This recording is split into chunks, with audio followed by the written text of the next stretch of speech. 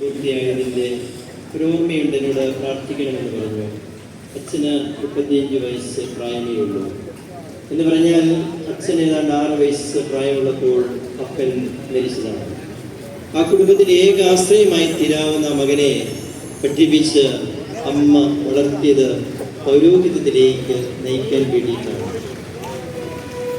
ഇങ്ങനെയുള്ള ഒരു സമർപ്പണ ബോധം നമ്മുടെ കുടുംബത്തിൽ മാതാപിതാക്കൾക്കായി കാണുന്നതിനെ ഞാനൊരു രക്തസാക്ഷിത്വത്തോട് താരതമ്യപ്പെടുത്താനായിട്ട് ആഗ്രഹിക്കുകയാണ്. മാതാപിതാക്കൾ ആധുനിക ലോകത്തിൽ സ്വീകരിക്കുന്ന വരിക്കുന്ന ഒരു രക്തസാക്ഷിത്വമാണിത്. തങ്ങളുടെ ജീവിതം, അധ്വാനം, പ്രയത്നങ്ങൾ, പ്രാർത്ഥനകളെല്ലാം ദൈവത്തിന് മുമ്പാകെ സമർപ്പിച്ച് മക്കൾ വിശുദ്ധിയുടെ വഴികളിലൂടെ സഞ്ചരിക്കാനായിട്ട് ആഗ്രഹിക്കുന്നു. മക്കബായരുടെ പുസ്തകത്തിൽ 2-ാം പുസ്തകം 7-ാം അധ്യായത്തിൽ ഒരമ്മ തൻ്റെ 7 മക്കള് രക്തസാക്ഷികളാകുന്നത് കണ്ടുകൊണ്ടിരുന്നില്ല. അവിടെ അന്ത്യോക്യസ് രാജാവ് മക്കളെ ഓരോരുത്തരെയായി ക്രൂരമായി വധിക്കുന്നത് കണ്ടപ്പോഴും മനസ്സ് മാറ്റാതെ ഓരോരുത്തരെയും അവൾ പ്രോത്സാഹിപ്പിച്ചു. ദൈവത്തോടുള്ള നിയമങ്ങൾ ലംഘിക്കുന്നതിനേക്കാൾ ഭേദം മക്കളെ നിങ്ങൾ മരിക്കുന്നത് ഞങ്ങൾ കാണുന്നതാണ്. ഈ വിധമുള്ള ഒരു ജീവിത സാക്ഷ്യം രക്തസാക്ഷികൾ എല്ലാവരും യേശുവിനെ അനുസ്മരിക്കുന്ന ഗീവർഗീസും തൻ്റെ ജീവിതത്തിലൂടെ സാക്ഷ്യം നൽകിയ ആളാണ്. നാം ഒരു തീർത്ഥാടന ദൈവാലയത്തിൽ ബലിയർപ്പണത്തിനായിട്ട് വരുമ്പോൾ സ്വീകരിച്ച് വീട്ടിലേക്ക് മടങ്ങേണ്ട ചൈതന്യം, സന്ദേശം എന്ന് പറയുന്നത് ഇത് തന്നെയാണ്. പുരോഹിതനായ ഏലി ഹന്നായോട് പറഞ്ഞതുപോലെ നമ്മളെ സമാധാനമായി പോവുക, ഇസ്രായേലിന്റെ ദൈവം നിന്റെ പ്രാർത്ഥന. നീ നിരന്തരം സേവിക്കുന്ന നിന്റെ ദൈവം നിന്നെ സിംഹങ്ങളിൽ നിന്ന് രക്ഷിക്കുവാൻ ശക്തനായിരുന്നു. ദാനിയേൽ രാജാവിനോട് പറഞ്ഞു, രാജാവ് നീണാൽ വാഴട്ടെ. തന്നെ മുമ്പിൽ ഞാൻ കുറ്റമറ്റവനാണെന്ന് കണ്ടതിനാൽ എന്റെ ദൈവം ദൂതനെ അയച്ച് സിംഹങ്ങളുടെ വായടച്ചു. അവ എന്നെ ഉപദ്രവിച്ചില്ല. രാജാവേ, നിന്റെ മുൻപിലും ഞാൻ നിരപരാധനാണല്ലോ. അപ്പോൾ രാജാവ് അത്യധികം സന്തോഷിച്ച് ദാനിയേലിനെ കുഴിയിൽ നിന്ന് പുറത്തു കൊണ്ടുവരുവാൻ കൽപ്പിച്ചു. ദാനിയേലിനെ കുഴിയിൽ നിന്ന് കയറ്റി തന്റെ ദൈവത്തിൽ ആശ്രയിച്ചിരുന്നത് കൊണ്ട് അവനൊരു ബോധം പോലും ഏറ്റതായി കണ്ടില്ല. ദാനിയേലിനെ കുറ്റം വിധിച്ചവരെയും അവരുടെ ഭാര്യമാരെയും കുട്ടികളെയും രാജാവ് കൽപ്പനപ്രകാരം കൊണ്ടുവന്ന് സിംഹത്തിന്റെ കുഴിയിൽ എറിഞ്ഞു. കുഴിയുടെ അടിയിലെത്തും മുമ്പേ സിംഹങ്ങളെ അടിച്ചു വീഴ്ത്തി അസ്ഥികൾ ഒടിച്ചു നിർത്തുകയും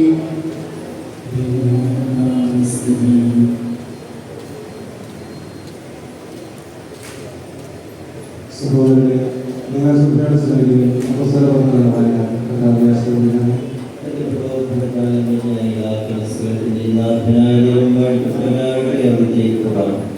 നീലും നിന്നെ കേൾക്കുന്നവരും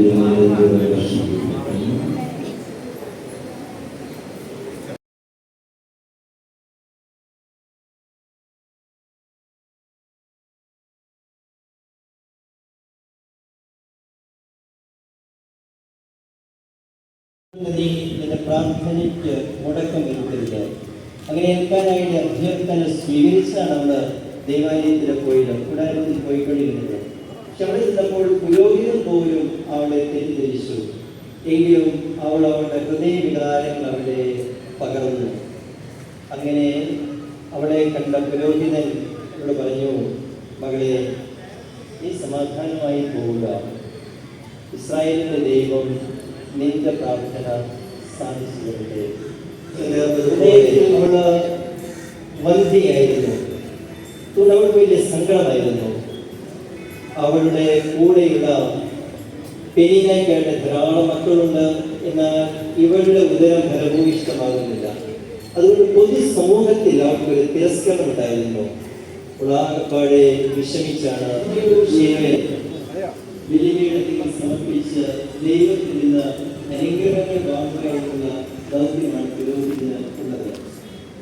ഹന്നയ്ക്ക് മക്കളില്ലാതിരുന്നിട്ടും അവളൊരു മകന് വേണ്ടിയാണ് പ്രാർത്ഥിച്ചത്. എനിക്കൊരു പിന്നേറ്റമാണ്. പക്ഷേ അവൾ പറഞ്ഞത്, എനിക്കൊരു പുത്രനെ നൽകിയാൽ അവനെ ഞാൻ ജീവിതകാലം മുഴുവൻ അങ്ങേക്ക് പ്രതിഷ്ഠിക്കും. മക്കളില്ലാതിരുന്ന് വിഷമിക്കുന്ന ഒരു സ്ത്രീ ഒരേ ഒരു കുഞ്ഞിനെ കിട്ടിയാലും ആ കുഞ്ഞിനെ ജീവിതകാലം മുഴുവൻ കർത്താവിനെ സമർപ്പിക്കുമെന്ന് പറയുമ്പോൾ അവളുടെ ദൈവവിശ്വാസത്തിൻ്റെ ആഴം എത്രമാത്രം.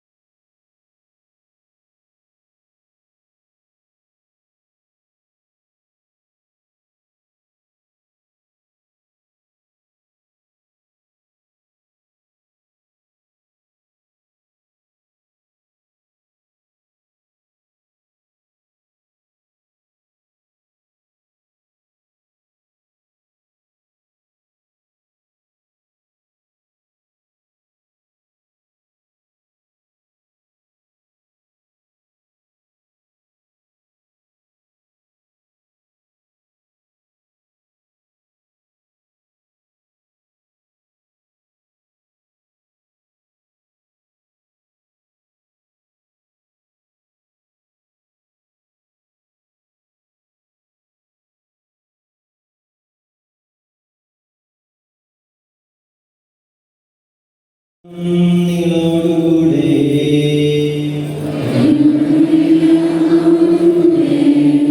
വിശുദ്ധമായ നമ്മുടെ കർത്താവായ യേശു മിശിഹായുടെ പരിശുദ്ധ സുവിശേഷം.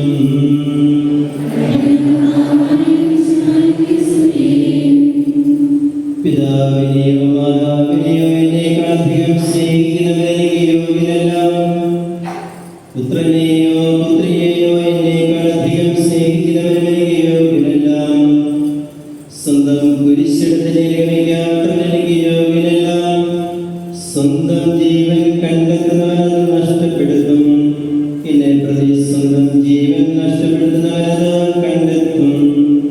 നിങ്ങളെ സ്വീകരിക്കുന്നവരെന്നെ സ്വീകരിക്കുന്നു, എന്നെ സ്വീകരിക്കുന്നവരെന്നെ അയച്ചവരെ സ്വീകരിക്കുന്നു. പ്രവാചകനെ സ്വീകരിക്കുന്നവൻ പ്രവാചകന്റെ പ്രതിഫലവും, നീതിമാനെ സ്വീകരിക്കുന്നവന് നീതിമാന്റെ പ്രതിഫലവും ലഭിക്കും. ഈ ചെറിയവരിൽ ഒരുവന് ശിഷ്യനെന്ന നിലയിൽ മാത്രം പച്ചവെള്ളമെങ്കിലും കൊടുക്കുന്നവന് പ്രതിഫലം നഷ്ടപ്പെടുകയില്ലെന്ന് സത്യമായി ഞാൻ നിങ്ങളോട് പറയുന്നു.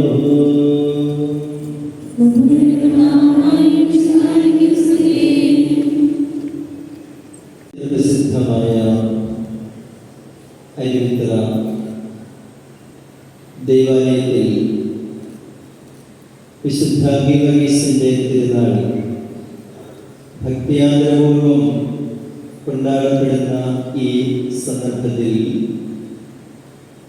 നമ്മുടെ സഭയുടെ പരിശുദ്ധ കുർബാന അതിൻ്റെ പൂർണ്ണ രൂപത്തിൽ ഏറ്റവും ആഘോഷമായ വിധത്തിൽ അർപ്പിക്കപ്പെടുന്ന സന്ദർഭമാണ് ഇത്. സാർവത്രിക സഭയുടെ പരമാധ്യക്ഷനായിരുന്ന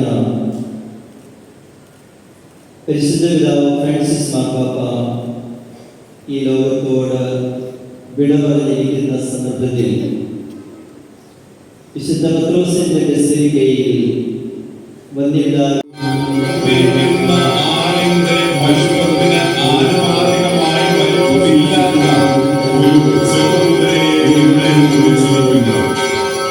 Thank you. വല്യച്ഛന്റെ രൂപത്തിന് ആനുപാതികമല്ലാത്ത ഏറ്റവും പിന്നാലെ വരുമ്പോൾ മുതൽ ഏറ്റവും വലിയ പ്രാധാന്യത്തിലൂടെ ഒറ്റപ്പടിയിൽ തീർത്ത ഉത്തമ ജീവിതം വയ്ക്കുന്ന ഒരു കലാസൃഷ്ടിയാണ് അയ്യപ്പവല്യച്ഛന്റെ ദിവസമായി കൊണ്ടുവരുന്നത്. മതിപേർന്ന മതിനാഥം നൂറ്റാണ്ടിൽ നിലവിൽ പ്രദേശത്തുനിന്ന് ഈ ഭാരതീയ ക്രിസ്തീയ വിശ്വാസത്തിന്റെ അപൂർവമായ ഈ നവീനാലയ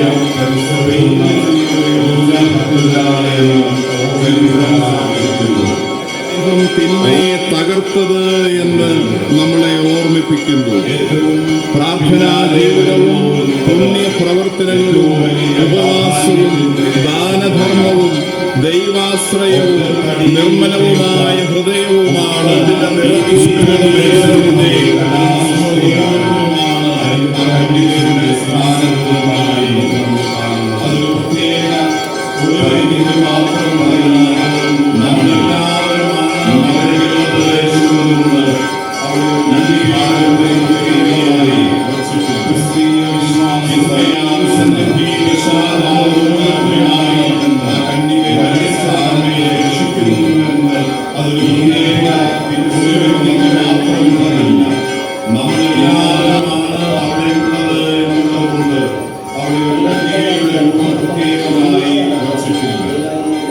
തിന്മയാകുന്ന പിശാചാകുന്ന വ്യാധിയിൽ നിന്ന് വല്യച്ഛൻ നമ്മെ രക്ഷിക്കുന്നുവെന്ന് ഈ അത്ഭുത തിരുസമൂഹം നമ്മളെ ഓർമ്മിപ്പിക്കുന്നു. ഇന്ന് അവതരിക്കുന്ന ആളിന്റെ വലുപ്പത്തിന് ആനുപാതികമായ വലുപ്പമില്ലാത്ത ഒരു ചെറുകുതിരയെ ഇവിടെ നിർമ്മിച്ചിരിക്കുന്നത്. കുതിരയുടെ പുറത്തിരിക്കുന്ന വല്യച്ഛന്റെ രൂപത്തിന് ആനുപാതികമല്ലാത്ത ഒന്നും ശരീരത്തിൽ ധരിച്ചിട്ടില്ല എന്നുള്ളതാണ്. പല ചിത്രങ്ങളിലും അരയിൽ വാൾ ധരിച്ച വിശുദ്ധ ഗീവർഗീസിനെ നമ്മൾ കാണുന്നുണ്ട്. കയ്യിൽ ഉപയോഗിച്ചിരിക്കുന്ന കുന്തമാകട്ടെ ചെറുത്ത് തോൽപ്പിക്കാനുള്ള വ്യാളിയുമായി വച്ചു നോക്കുമ്പോൾ ദുർബലമാണ് താനും. ആയുധ ശക്തിയിലല്ല വല്യച്ഛന്റെ ബലമടങ്ങിയിരിക്കുന്നത് എന്ന് ഈ തിരുസ്വരൂപത്തിന്റെ ചിത്രീകരണം നമ്മളെ ഓർമ്മിപ്പിക്കുന്നു. വല്യച്ഛൻ വലിയ പടച്ചട്ടകളൊന്നും അണിഞ്ഞിട്ടില്ല. ഒരു സാധാരണ യോദ്ധാവിന്റെ ഭാവങ്ങളൊന്നും വല്യച്ഛന്റെ വേഷഭൂഷാദികളിലില്ല. റോമൻ ചക്രവർത്തിയുടെ ദാസനായ ഗീവർഗീസിനെ അല്ല, ക്രിസ്തുവിന്റെ പടയാളിയായ വിശുദ്ധ ഗീവർഗീസിന്റെ ആ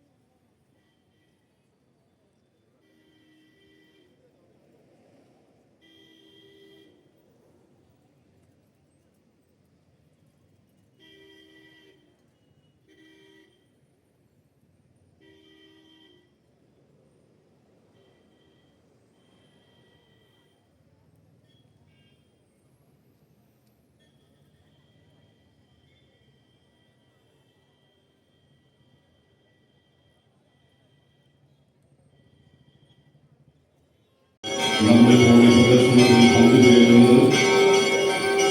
മറ്റ് വിശുദ്ധരോടൊപ്പം നമ്മളിന്ന് പ്രദർശനത്തിൽ സംവഹിക്കുന്ന വിശുദ്ധ ഗീവർഗീ സഹദായുടെ തിരുസ്വരൂപത്തിന്റെ അപൂർവമായ ചില പ്രത്യേകതകൾക്കൂടി ഈ ദേവാലയ പരിസരത്തുള്ള എല്ലാ ഭക്തജനങ്ങളെയും ഓർമ്മിപ്പിക്കാൻ ആഗ്രഹിക്കുന്നു.